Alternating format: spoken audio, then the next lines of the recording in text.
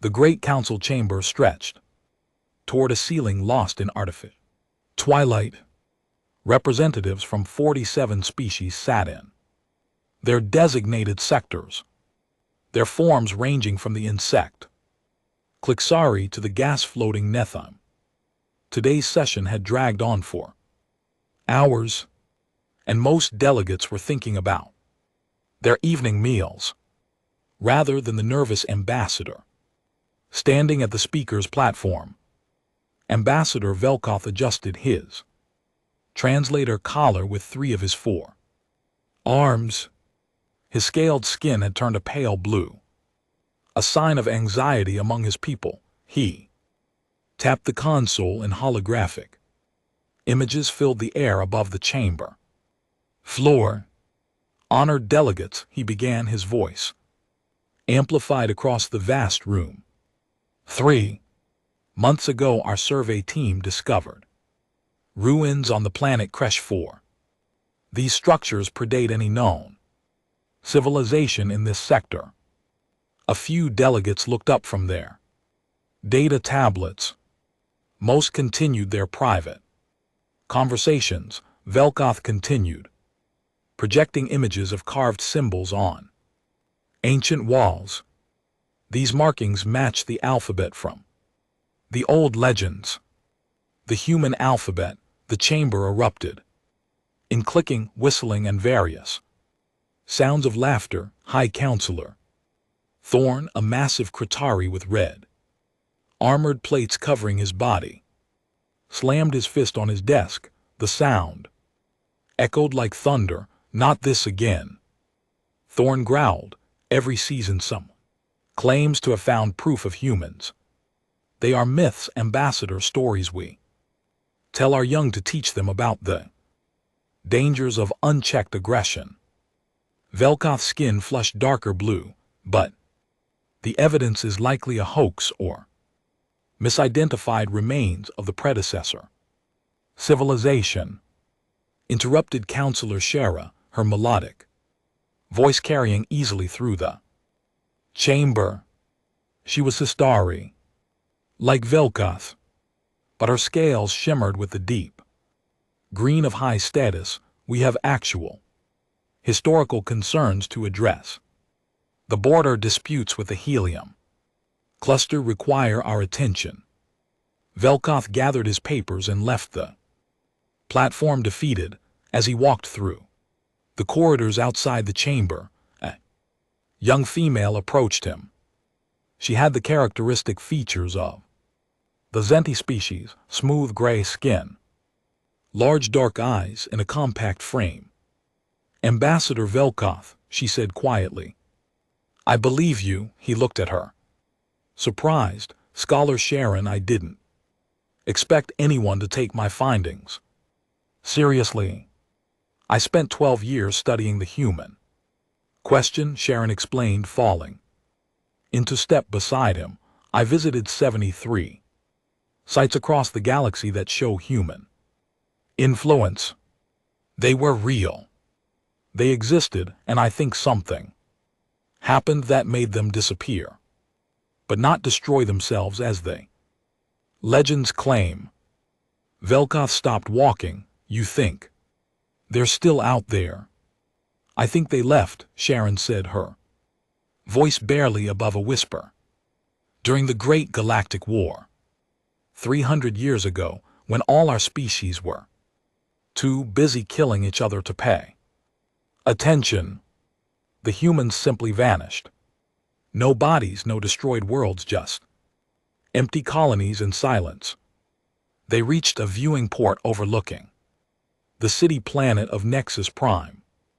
Billions of beings from hundreds of species lived and worked on this artificial world, the heart of galactic civilization.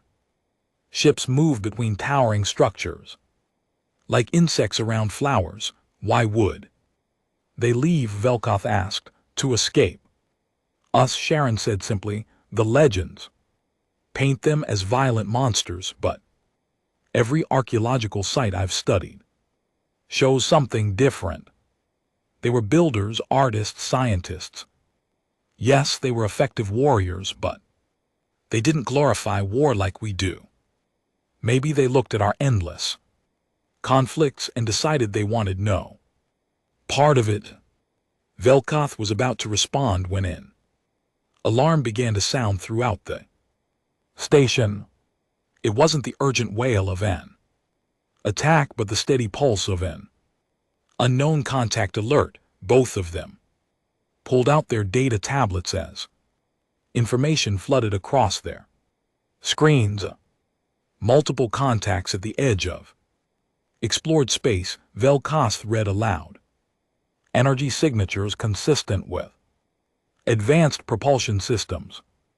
Number of vessels, that can't be right. How many? Jaren asked, her voice tight. Over 3,000, moving in perfect formation.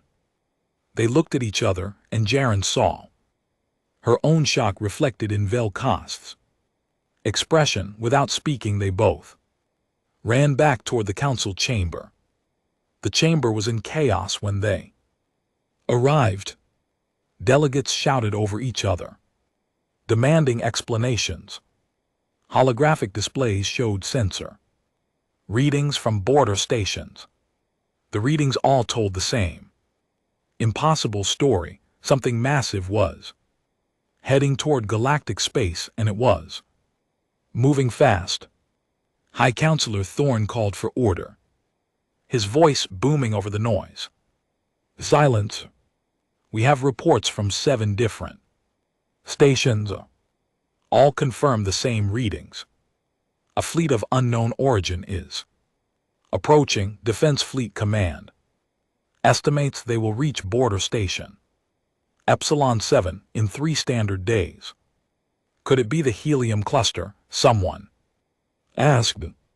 Negative, responded the military liaison, a cyborg officer with more mechanical parts than organic ones. These energy signatures don't match any known species. The power output from these vessels exceeds our largest dreadnoughts by a factor of 10 each vessel. The chamber fell silent.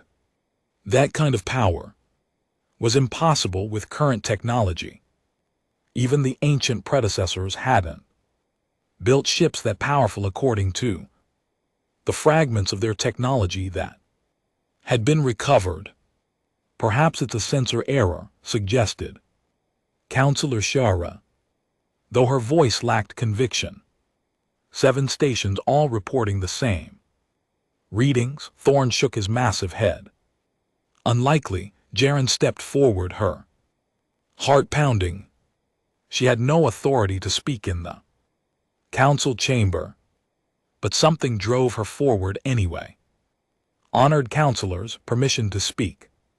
Thorn glared at her. Scholar Jaren, this is not your place. I know what they are, she said loudly. Enough for the entire chamber to hear. Or rather who they are. The chamber erupted again. Delegates demanded she be removed. Others called for silence. Thorn raised his hand and quiet gradually returned. You have 30 seconds to explain yourself. Scholar. Jaren's mouth was dry, but she spoke clearly. The humans didn't destroy themselves, they left, and now they're coming back. Laughter filled the chamber, but it was nervous laughter now. The timing was too perfect, too terrifying, ridiculous. Thorn declared, humans are legends. Myths we used to scare children. Then explain the fleet, Jaren challenged. Explain vessels more advanced than anything we've ever built, appearing from the direction of unexplored space.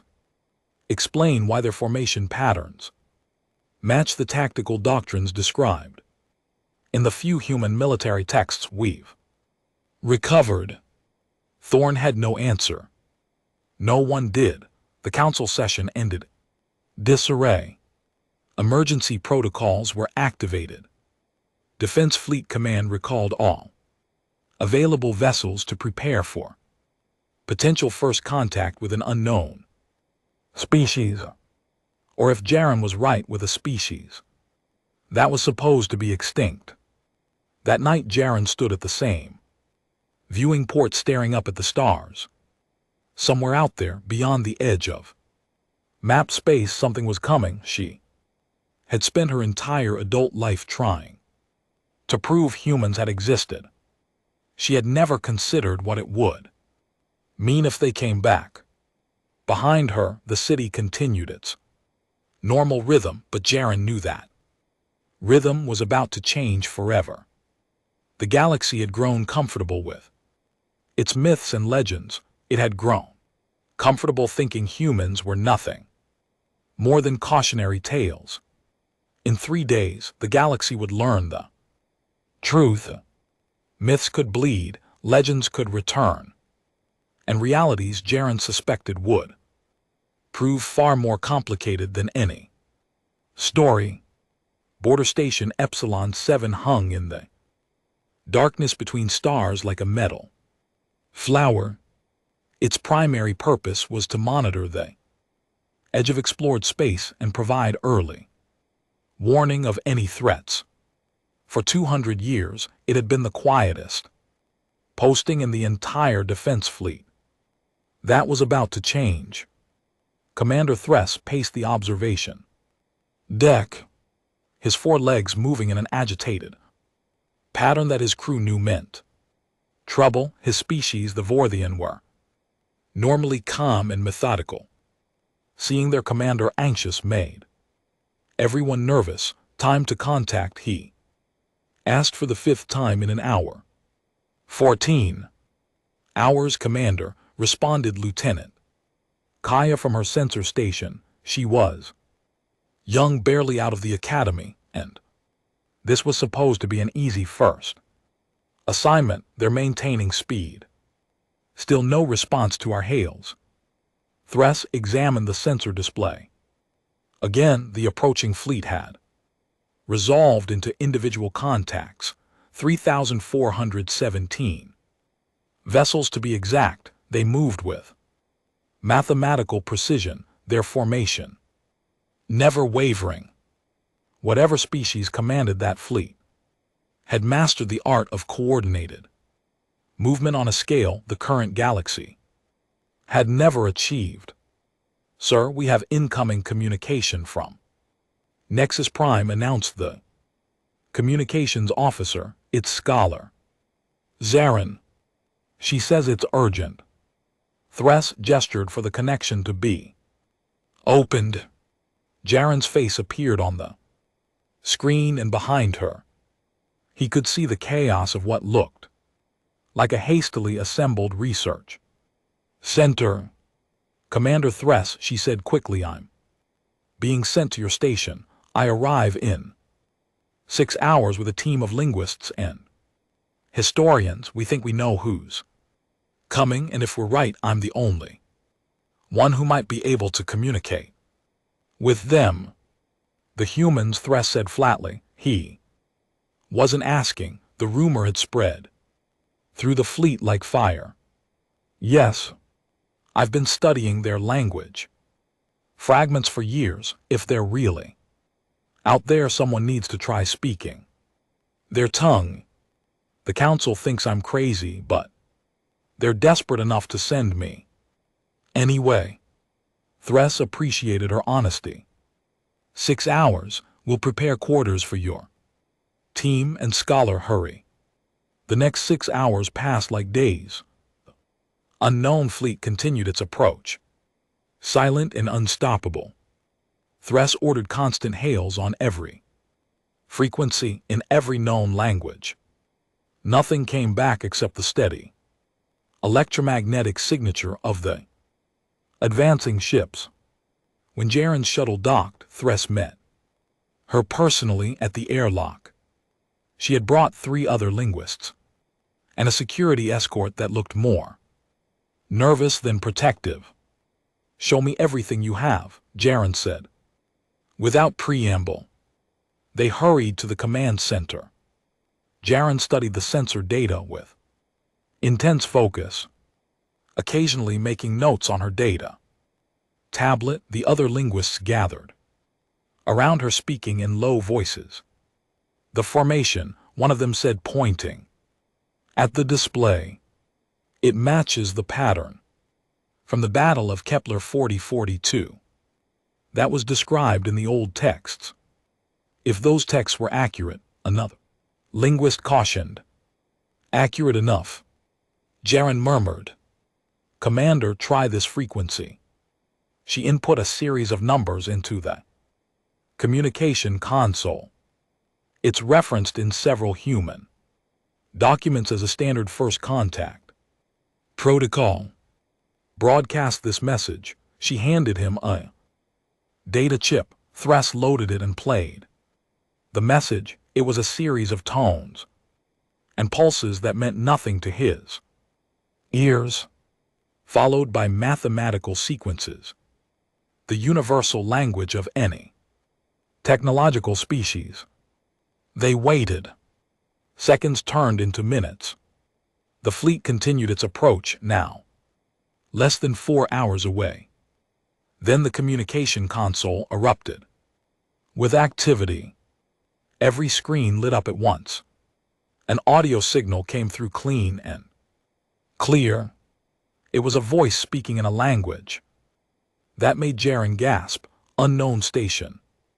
This is Terran Expeditionary Fleet, commanded by Captain Sarah Chen of the Terran United Systems. We apologize for our unannounced approach. We have been monitoring your communications and mean you no harm. We request permission to send a diplomatic vessel to your station for first contact under peaceful terms. The translation came through the computer, but Jaren was already translating herself, her voice shaking. They said they're human, Terran. That's their word for themselves from their home planet Terra, which they also called Earth. Thress made a decision that he knew would either make him a hero or get him court-martialed. Terran Expeditionary Fleet, this is Commander Thress of Border Station Epsilon 7. You have permission to approach. We welcome peaceful contact.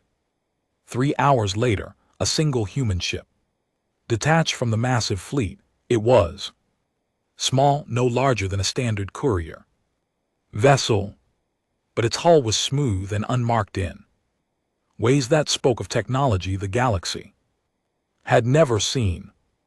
No visible weapons ports, no obvious propulsion system. It simply moved through space like it belonged there. The ship docked with a precision that impressed even Thress's experienced crew.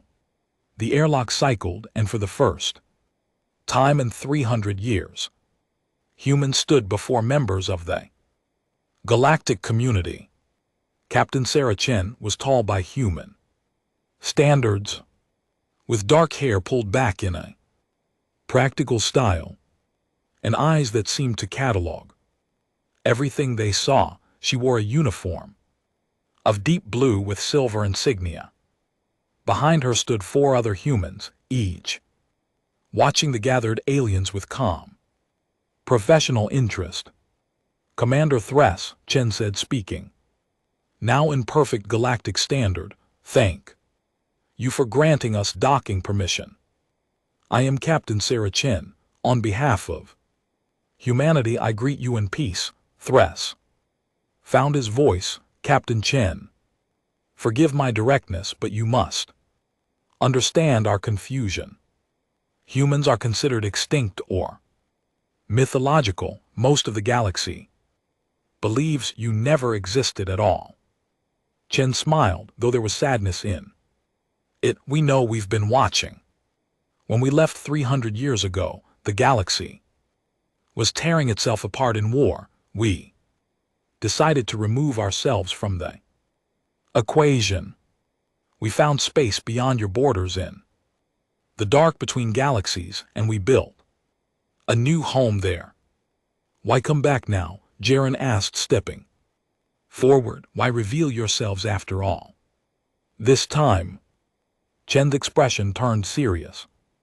Because something is coming, something that will destroy everything in this galaxy unless you prepare. We've been tracking it for 50 years. It's called the Devourer Fleet, and it's a self-replicating machine intelligence from another galaxy.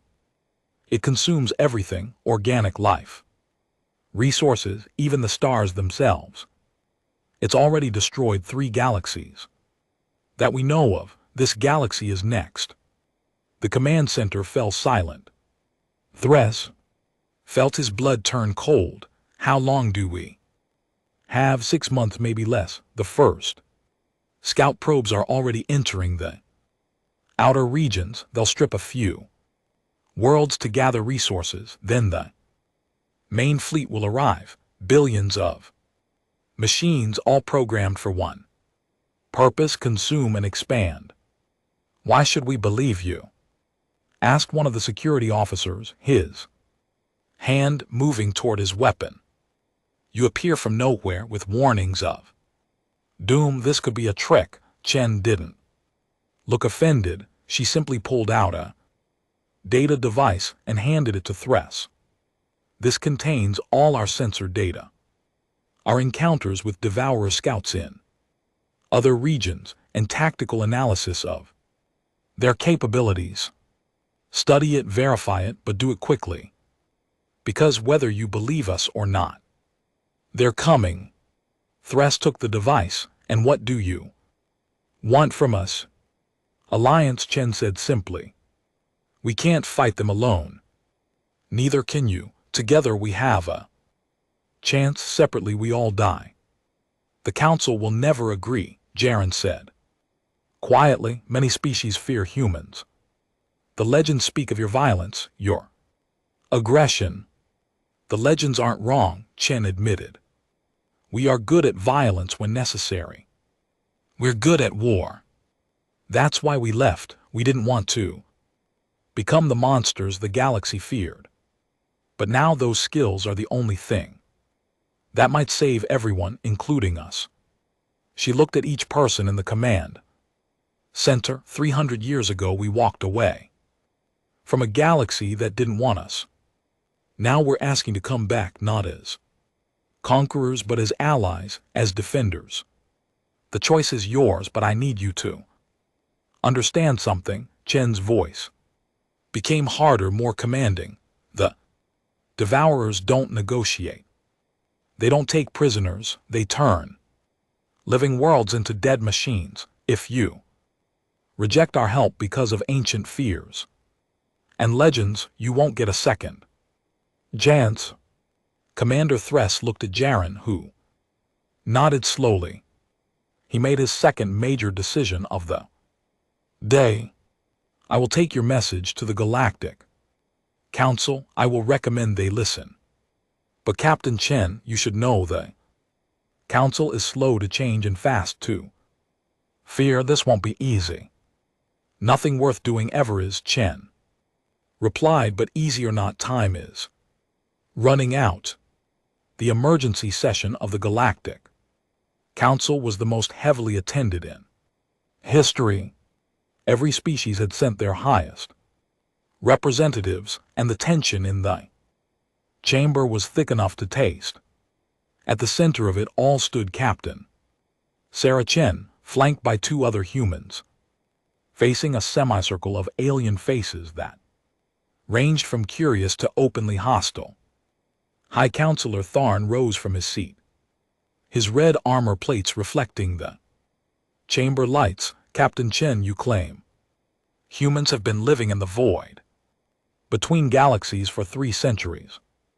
You claim an existential threat is coming that will destroy us all. These are extraordinary claims. They are, Chen agreed calmly, which is why I brought extraordinary evidence. The holographic displays filled with data, sensor readings, video footage of massive machine swarms stripping planets down to their cores, mathematical models showing the Devourer's expansion pattern. The evidence was overwhelming and terrifying. Counselor Shara studied the data with her analytical SciFiStories mind. Even if this threat is real, why should we trust you? Your species abandoned the galaxy. You have no claim to authority. Here, we're not claiming authority, Chen said. We're offering help. We've fought Devourer scouts before. We know their tactics, their weaknesses. We've developed weapons and strategies specifically designed to counter them. You haven't. Warmaster Golter stood, his massive Kratari frame towering over most others. In the chamber, he was the supreme commander of the Galactic Defense Forces, and his reputation for aggression was legendary. You speak of weapons and strategies. Show us these miracles of human engineering. Prove you're not simply trying to frighten us into submission. Chen met his gaze without flinching. Our fleet remains at the border as agreed. We won't bring military forces into your space without permission, but, Warmaster, I'll be blunt, whether you believe us or not, the Devourers are coming. We detected scout probes entering the outer rim 2 days ago. They'll reach inhabited worlds within weeks. Convenient timing, Golter sneered. Humans appear, and suddenly there's an enemy only they can fight. This sounds like the beginning of a conquest wrapped in warnings of salvation. Warmaster Sharon spoke up from her observer section. I've analyzed the data Captain Chen provided. It's consistent with energy signatures we've been detecting in the outer rim for months. We dismissed them as sensor ghosts or natural phenomena. We were wrong. Scholar speaks of military matters. Golter dismissed her with a wave. This council needs facts, not academic theories. Chen's jaw tightened, but her voice remained controlled. Then here's a fact. The Katarian 3rd Battle Group is currently investigating the energy signatures in the Helix sector. They should have reported back 3 hours ago. They haven't. The chamber erupted. Galther immediately activated his command console, demanding reports from his fleet. The look on his face told everyone what he was learning, or rather what he wasn't learning. There was no response from the 3rd Battle Group. This proves nothing, Galther said, but his voice had lost some of its certainty. Communication failures happen. You're right, Chen said. So send another battle group to investigate. But Warmaster, I'm begging you, send them prepared for combat. Send them with the tactical data we've provided. Give them a fighting chance. Galther's pride warred with his tactical sense. Pride. 1. The Katarian fleet needs no help from humans. We will investigate, and we will respond with appropriate force. And if this turns out to be a human trap, Captain Chen, your fleet will answer for it. He turned to the council. I propose the human fleet be ordered to leave immediately. If they refuse, we treat them as hostile invaders. The council dissolved into argument. Some sided with Galther, convinced this was a human trick. Others, led by Shara and a handful of cautious voices, urged patience and verification. Tharn, caught between military advisors and political reality, called for a vote. Before the vote could proceed, Chen held up her hand. I have a proposal. Let me prove our intentions. The Katari can send an escort fleet to monitor our vessels. We'll demonstrate our technology and our commitment to peaceful cooperation. If we're lying, you'll have your proof. If we're telling the truth, you'll see what you're facing. Galther's laugh was harsh. you 1 hour. Fleet to escort you. To legitimize your presence, know the second battle group will intercept your fleet and escort you out of galactic space. If you resist, we will fire. Chen's expression never changed, but something cold entered her eyes. War Master, I strongly advise against treating us as hostile. We came in peace. We want to remain peaceful, but we're not leaving, and we're not your enemies. You're trespassing in galactic space. Gulther declared, that makes you exactly our enemies. The vote went as predicted. 32 species sided with Gulther, 15 urged caution. The human fleet was ordered to withdraw immediately or face military action. Chen looked at each council member in turn. You're making a mistake. The Devourers are real and they're coming. When you finally believe that, we'll still be here ready to help. I just hope some of you are still alive to accept that help. She and her delegation left the chamber. In silence, Jaren caught up with them in the corridor outside. Captain, there must be something we can do, some way to convince them.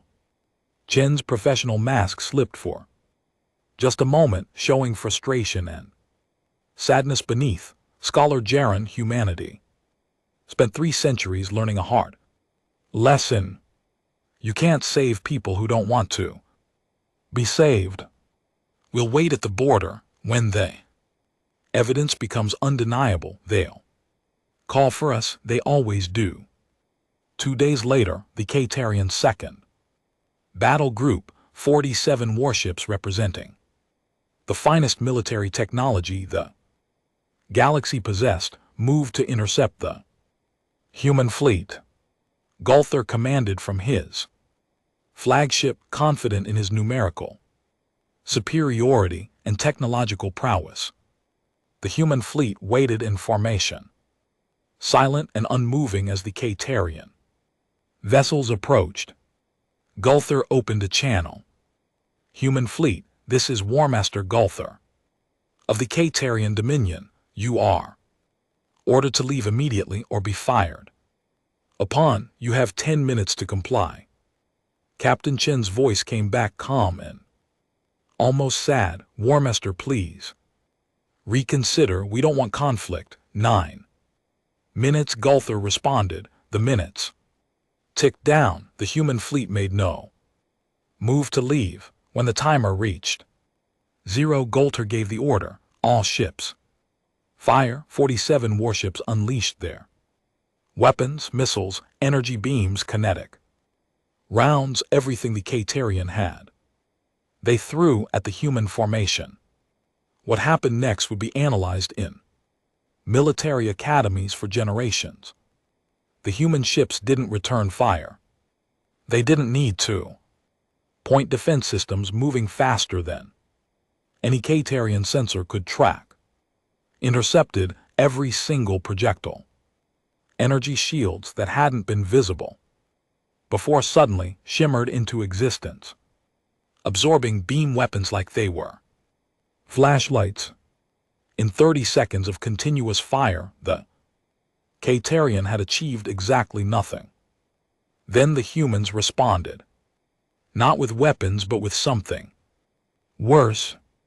Every Katarian ship suddenly lost power. Engines shut down. Weapons went offline.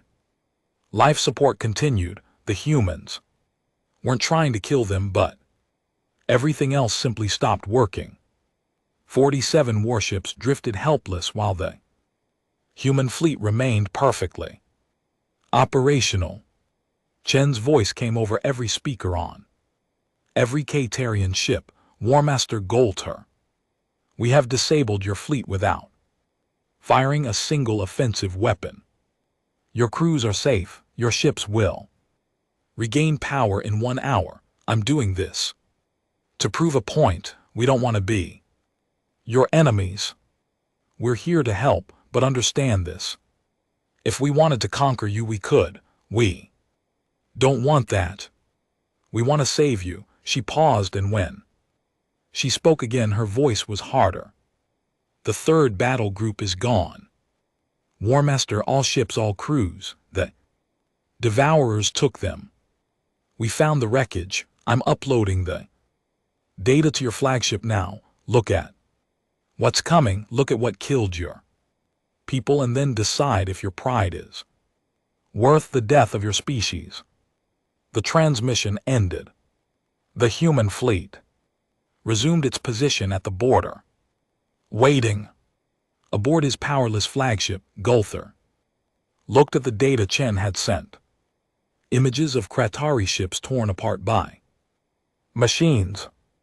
Good warriors dead, his warriors. For the first time in his long military career, War Master Gulther felt something he had never experienced before. He felt afraid. The Galactic Council reconvened in emergency session 48 hours after the Kratari second battle group was disabled. This time there was no debate about whether humans were real, and there was no question about whether the Devourer threat existed. The wreckage of the third battle group had been confirmed. More concerning, 3 more Devourer scout groups had been detected, and 2 mining colonies in the outer rim had gone silent. Captain Chen stood before the council again, but the atmosphere was different. Now, fear had replaced hostility. Desperation had replaced pride. Councillor Shara spoke first. "Captain Chen, the council has reviewed all evidence. We accept that the Devourer threat is real. We also accept that our current military capabilities are insufficient." "What do you propose?" Chen activated a holographic display. "Complete military integration. Human advisors embedded with every species, armed forces, technology sharing. On defensive systems, unified command structure for the coming battle. And most importantly, you need to let us teach you how to fight this enemy." Gulther, his pride deeply wounded but his tactical sense intact, leaned forward. "What makes humans better suited to fight machines than any of us?" "Because we've been fighting them for 50 years, Chen replied. "Because we've lost battles and learned from them. Because we developed our entire military doctrine around this specific threat. And because, War Master, humans are very, very good at war." She pulled up tactical displays showing Devourer attack patterns. The Devourers learn from every engagement. They adapt. They improve. To beat them, you need to think like them, fast, ruthless, and without emotion. You need to be willing to sacrifice pieces to win the game. Most species aren't psychologically built for that kind of warfare. Humans are. Sharon, now officially appointed as the human liaison officer, added, "The old legends about human violence weren't wrong. They were simply incomplete. Humans are capable of terrible things in war, but they're also capable of directing that violence precisely where needed to save lives. That's what the galaxy needs." Now, the council voted unanimously. Human fleet was granted full access to galactic space. Human advisors would be assigned to all major military installations. Technology transfers would begin immediately. 3 weeks later, military training facilities across the galaxy had been transformed. Human instructors worked alongside alien cadets, teaching tactics that seemed almost brutal in their efficiency. At the Katarian Primary Military Academy, a human named Commander Jackson ran training exercises that pushed Katarian warriors to their limits. His approach was simple and harsh. "You're used to honorable combat," Jackson told a group of veteran K-Tarian soldiers. "You're used to facing enemies who think like you do. The Devourers don't care about honor. They don't care about glory. They care about one thing: destroying you efficiently, so you need to become efficient at destroying them first." He showed them footage of human forces engaging Devourer scouts. The humans fought with coordinated precision, using every advantage, accepting casualties when necessary to achieve objectives, and showing no hesitation. It was unsettling for the K-Tarian too. "Watch, you call this honorable?" one warrior challenged. Jackson's response was blunt. "I call it survival. Honor is worthless. If you're dead, the question isn't whether you like our methods. The question is whether you want to live." The training was similar across all species. The insectoid Klixari learned human swarm tactics that turned their numerical advantage into a deadly weapon. The technologically advanced He team, Inus, were taught to use their superior sensors for coordinated strikes rather than individual duels. Every species received training tailored to their strengths, all based on human tactical doctrine. But the training went beyond combat tactics.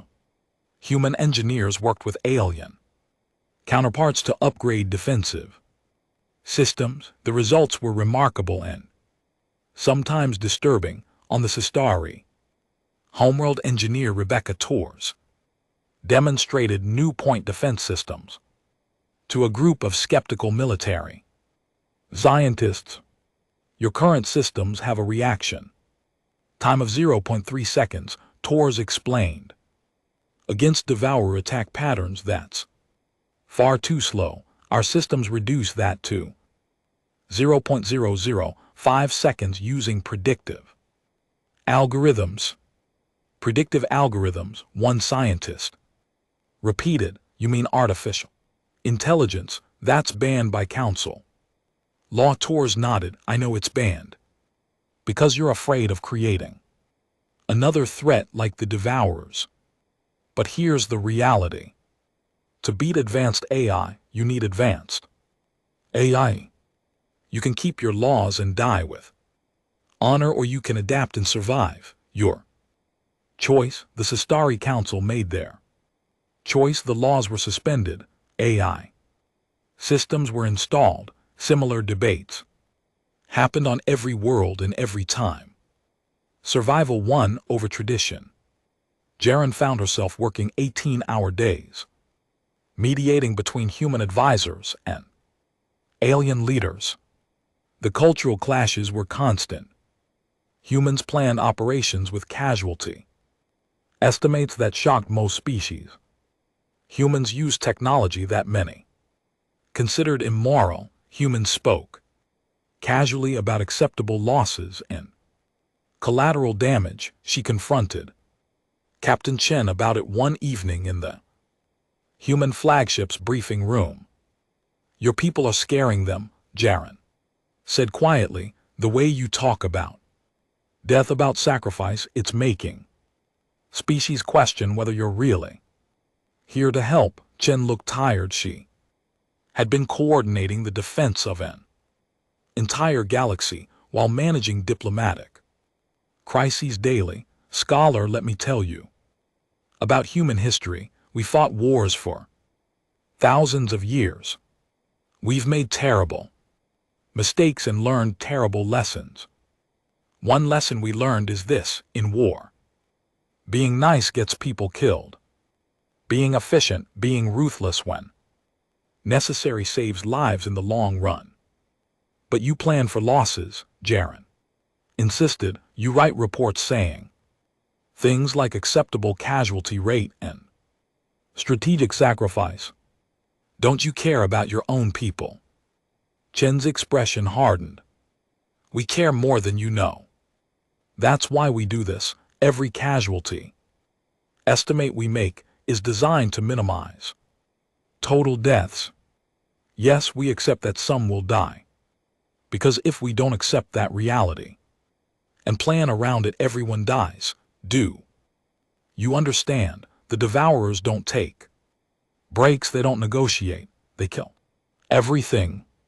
So we do what's necessary to stop them, even if it makes us look like monsters. Jaren was quiet for a moment. Is this why you left 300 years ago? Because you knew you were capable of becoming monsters. We left because we were tired of being monsters, Chen corrected. We wanted to build something better, away from constant war. But some enemies don't give you the choice to be better. The devourers are one of those enemies. The conversation was interrupted by an urgent alert. Devourer forces had attacked a research station in the Kepler sector. It was their first major attack on a populated facility, and it was ongoing. The Council's response fleet arrived to find human ships already engaged. The battle was unlike anything the galactic species had seen. Human vessels moved with perfect coordination, their weapons firing in calculated patterns designed to herd devourer units into kill zones. When a human ship took critical damage, it immediately moved to ram the nearest devourer cluster, destroying dozens of enemy units in its death. The combined human and galactic fleet won the battle, but the cost was high. 7 human ships destroyed, thousands of human crew members dead. The humans didn't mourn dramatically. They filed reports, analyzed what worked and what didn't, and immediately began planning improvements for the next battle. This pattern repeated across the galaxy over the next 2 months. Devourer attacks intensified. Combined forces learned to fight together. Casualties mounted on both sides. And, slowly, grudgingly, the galactic species began to understand what humans had been trying to teach them. War wasn't about honor or glory. War was about winning, and winning required sacrifice. At a joint training facility on Nexus Prime, Commander Jackson addressed a mixed group of recruits from 15 different species. His message was the same one he'd been teaching for weeks, but now the students listened differently. The devourers have one advantage over us, Jackson said. They don't fear death because they're not truly alive. But we have an advantage too. We fight for something. We fight to protect our homes, our families, our future. The devourers just consume. So, when you're in battle and you're scared, and you will be scared, remember that fear means you're alive. Use it. Let it make you sharp. Let it make you focused, and then do what needs to be done. He looked at faces from dozens of worlds, all united now by common purpose. You're not fighting like your species anymore. You're not fighting like humans. You're fighting like something new, a galaxy that refuses to die. Make the devourers regret coming here. The students who had arrived as representatives of their separate species left that day as something different. They left as soldiers of a united galaxy. And the galaxy, for the first time in its long history, was learning to fight as one. The sensor displays told a story that no one wanted to believe. The main devourer fleet had arrived at the edge of the galaxy, and it was larger than every worst-case scenario combined. Billions of machine units moving in formations that blotted out entire starfields. The advanced scouts had been terrifying. The main fleet was extinction made manifest, Every available warship from every species in the galaxy had gathered at the Nexus system. It was the most strategic location, a hub of transportation routes that led deeper into galactic space. If the Devourers took Nexus, they could spread throughout the galaxy like poison through veins. The combined fleet would make it stand. Here, Captain Sarah Chen stood on the bridge of the human flagship Indomitable, studying tactical displays with War Master Gulther and a dozen other fleet commanders. The human ship's command center was larger than most species expected, designed to coordinate fleet actions on a massive scale. "They'll hit us in waves," Chen explained, manipulating the holographic display. "The first wave will test our defenses, probe for weaknesses. The second wave will exploit whatever they learn. By the third wave, they'll have adapted to counter our tactics. We need to hurt them badly in waves 1 and 2, or wave 3 will overwhelm us." Gulther studied the predicted Devourer approach vectors over the past months. He had learned to respect human tactical analysis, even when it made his warrior's heart rebel. "Our forces are spread across 3 defensive lines. If the first line falls when the first line falls," Chen corrected gently. "War Master, we need to accept reality. The first line will fall. It's designed to fall. The question is how much damage we do before we retreat to the second line." A Sistari admiral, Zara's own cousin, spoke up. "You plan for defeat. This is your human efficiency." Chen met her eyes steadily. "I plan for reality. The Devourers outnumber us 300 to 1. We're not going to win by being optimistic. We're going to win by being smart, being ruthless, and being willing to pay the price." She pulled up a new display. "This is the real plan. While we're fighting the main fleet here, human engineering teams will activate a network of spatial disruption devices we've been secretly deploying. For the past 2 months, these devices will create a barrier that seals the galaxy off from extragalactic space. It'll trap the Devourers on one side and us on the other, trap them outside." Gulther asked. "Then we've already won." "No," Chen said quietly.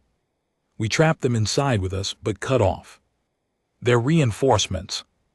The billions of Devourer units already in the galaxy will be everything they have. No new adaptations from their main intelligence. We can beat a finite enemy. An infinite one will always overwhelm us eventually." Jaren, present as liaison officer, saw the problem immediately. "But Captain, if you seal the galaxy, your people's home worlds are outside the galaxy. You'll be trapped here permanently." The command center fell silent. Every alien officer present suddenly understood the true cost of the human plan. Chen nodded slowly. "The Terran United Systems exist in the void between galaxies. Our worlds, our families, our entire civilization all outside. If we activate the barrier, we cut ourselves off from everything we've built for 3 centuries. Forever. We can't go home." "Then don't activate it," urged the Sistari admiral. "There must be another way." "There isn't," Chen said flatly. "We've run every simulation. This is the only scenario where the galaxy survives. So humanity will pay the price. We came back to help. This is how we help." Gulther's voice was rough with emotion. "The Council has not authorized this sacrifice. The Council doesn't get to authorize it," Chen replied. This is humanity's choice. We're doing it whether you approve or not, but I need you to understand what we're asking in return. If we do this, if we trap ourselves here forever, we need to know we're welcome. We need to know we're not going to wake up in 50 years to find the galaxy has decided humans are too dangerous and need to be eliminated. We need a home, Warmaster. That's the price of our sacrifice. Before anyone could respond, the alert klaxon sounded throughout the fleet. The Devourer Vanguard had been detected. They were 30 minutes out. Chen's voice became crisp and professional. All ships to battle stations. Execute Defense Plan Omega-7 first. Line commanders, you know your jobs. Hurt them badly. Make every shot count, and when I give the retreat order, you follow it. Immediately. Understood. Acknowledgments came from hundreds of ships. The combined galactic fleet moved into position. A coordination of species and technologies that would have been impossible 6 months earlier. Humans had taught them to fight together. Now they would prove whether the lessons had been learned well enough. The Devourer Vanguard appeared like a storm of metal and malice. The first wave consisted of millions of small attack units, each one independently intelligent and viciously efficient. They swarmed toward the first defensive line like locusts. The defense opened fire with everything they had. Human design point defense systems turned space into a web of destruction. Energy weapons, kinetic rounds, missile swarms, all coordinated through shared tactic networks that let ships fight as one organism. The carnage was immense. Thousands of Devourer units died every second, but thousands more kept coming. The first line held for 2 hours. Ships fought with desperate courage, using tactics that had been drilled into them through months of brutal training. When human vessels were crippled, their crews evacuated to nearby ships before the automated systems rammed the wreck into Devourer formations. Other species learned to do the same, turning their own disabled ships into weapons. The cost was terrible. Entire squadrons were wiped out. Species who had never fought together were dying together. United by common purpose, Chen watched the casualty reports with a face carved from stone. Each number represented lives, people with families and dreams. But she couldn't afford to feel it now. Feeling came later, if there was a later. First line, begin fighting. Retreat, she ordered when the moment was right. Second line, prepare to receive them. The withdrawal was chaotic but controlled. Ships covered each other as they fell back, bleeding but intact. Devourers pursued, eager to finish their wounded prey. The second defensive line opened fire. The moment the Devourers entered range, the machines had adapted to first line tactics, but the second line used different weapons, different strategies. The Devourers learned again, but learning took time, and time meant more machines destroyed. The pattern repeated. At the third line, by then both sides had taken massive casualties. The space around Nexus Prime was filled with debris and wreckage, both organic and machine. Chen received a report from her engineering teams. The spatial disruption network was ready. All devices were in position and powered up. She just had to give the order. But giving that order meant ending any chance of return. It meant humanity would be exiled from its own home forever. She looked at Jaren, who had been watching the battle with tears streaming down her face. The young scholar had spent her life proving humans existed. Now she was watching them sacrifice everything to save a galaxy that had forgotten them.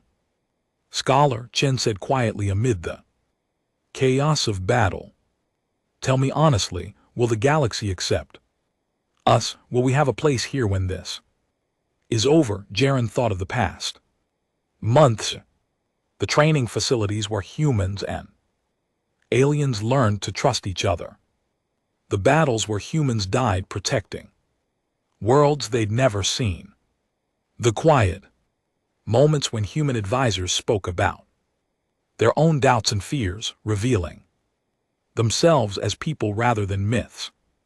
"Yes," Jaren said firmly. "You'll have a home. I'll make sure of it. We all will." Chen nodded once, then it's decided. She opened the fleet-wide channel. "All human vessels, this is Captain Chen. Activate barrier sequence in 5 minutes. Authorization code Alpha Omega 7 to all our friends in the combined fleet. It's been an honor." Human ships throughout the galaxy began powering up the spatial disruption devices. The energy buildup was detectable even to basic sensors. The devourers recognized the threat and surged forward in a desperate attempt to stop it. The final battle was brutal beyond description. Ships fought at point-blank range. Crews boarded enemy vessels in desperate melees. The devourers threw everything they had at the barrier devices, and the defenders threw everything they had right back. When the barrier activated, it was like watching a curtain fall across reality. A shimmering wall of energy spread throughout the galaxy's edge, sealing it off from extragalactic space. Devourers still inside found themselves cut off from their main intelligence, unable to adapt further. They were still dangerous. Billions of killing machines spread across galactic space, but they were now beatable. The cost had been paid in full. 14 human ships had sacrificed themselves in the final push. Thousands of human crew were dead, and every human left alive was now forever separated from their true home. 5 years later, Jaren stood at a memorial on Nexus Prime. The monument listed the names of every being, human and alien, who had died in what was now called the Devourer War. The galaxy had been saved.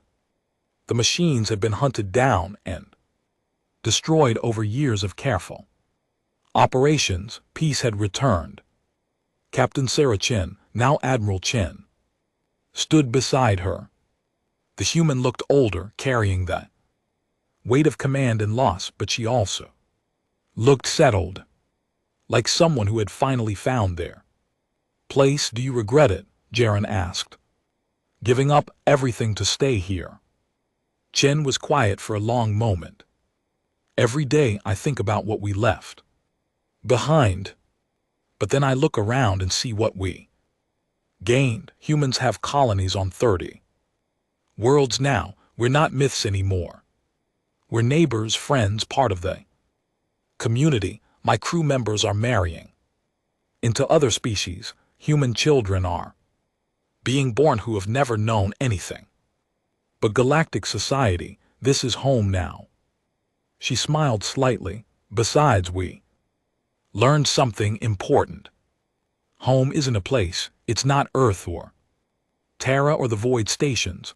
Home is where you're needed, where you belong, and the galaxy needed us, so we stayed across the galaxy." That sentiment was being echoed. Former enemies trained together at joint military academies. Human technology had been integrated into galactic civilization.